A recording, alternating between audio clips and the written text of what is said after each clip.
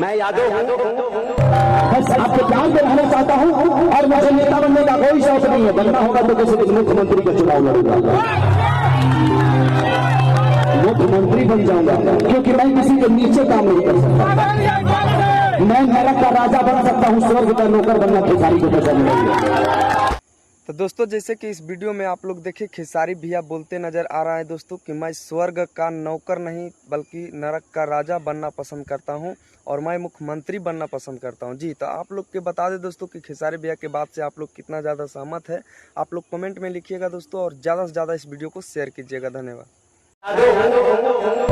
बस आपके प्यार में रहना चाहता हूँ और मुझे नेता बनने का कोई शौक नहीं है। बनना होगा तो किसी दिन मुख्यमंत्री का चुनाव लड़ूंगा,